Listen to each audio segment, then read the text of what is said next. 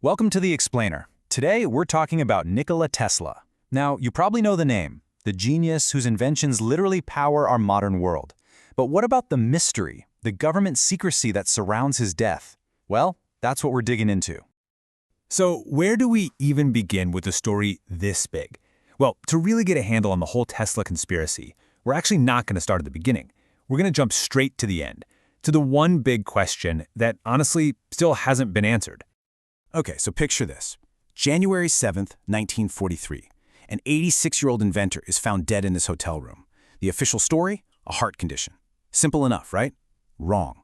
Within hours, the FBI is on the scene. And they don't just take a few notes. They seize 2 truckloads of his life's work. 2 truckloads. This wasn't, standard procedure. This was a full-blown operation. Which really makes you wonder, what in the world was in those files? To figure out why the government was so interested in his research, we've got to rewind a bit. We need to go back to his greatest fight, his biggest win, the one that pretty much changed everything for everyone. They called it the War of the Currents, and it was a huge deal.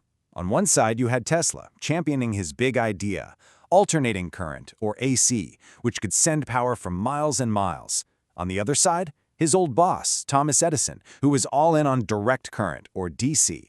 And I'm not exaggerating here. The way our entire world is powered today, the very electricity in your home right now, it all came down to who won this fight.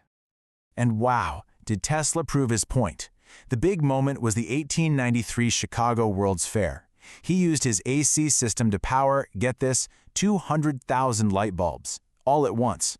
The whole place just lit up like nothing anyone had ever seen before. It was this massive, brilliant spectacle. And right then and there, everyone knew AC was the future. The war was over. Tesla had won. But you see, for Tesla, lighting up a city was just the beginning. Winning the War of the Currents, that was just step one. He had a vision that was so much bigger, so much more revolutionary. His big idea was that the Earth itself, our planet, wasn't just a big ball of rock. He believed it was a giant natural conductor, like a massive wire.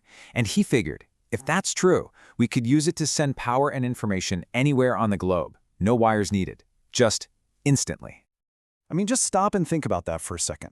A world with no power lines. A world with no electric bills. Free, wireless energy and communication for every single person on the planet. That sounds like something out of a movie, right? But for Tesla, this was real. This was the future he was trying to build. Okay, so this is where things get confusing. If this guy was such a genius, if he won the War of the Currents and had this incredible vision, how did he end up dying broke and alone in a hotel? It just doesn't add up. And the answer is pretty heartbreaking. His own idealism, well, that's what ruined him. So let's get into it. Let's look at how this genius was basically betrayed, how his whole career got thrown off the rails by the very people he worked with. Right, so after winning that big fight with Edison, Tesla had to deal with his business partner, George Westinghouse.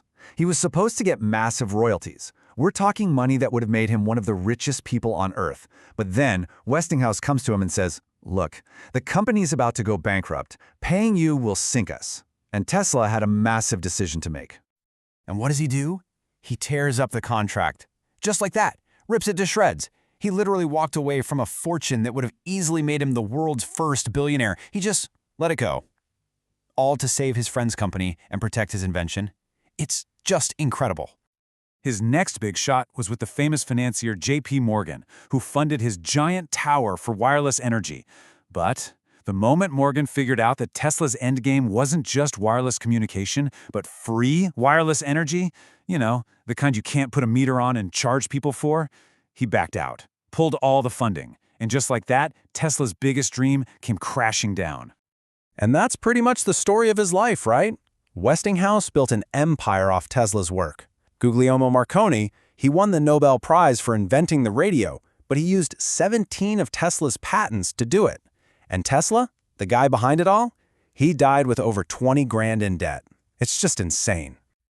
And that, right there, brings us full circle. Back to that hotel room, back to room 3327, and back to all that research, the stuff the government apparently wanted really, really badly. Okay, so this is where it gets even weirder. That Do Not Disturb sign, it was on his door for 2 whole days before anyone found him. 2 days! Who knows who went in and out of that room in that time? We have no idea.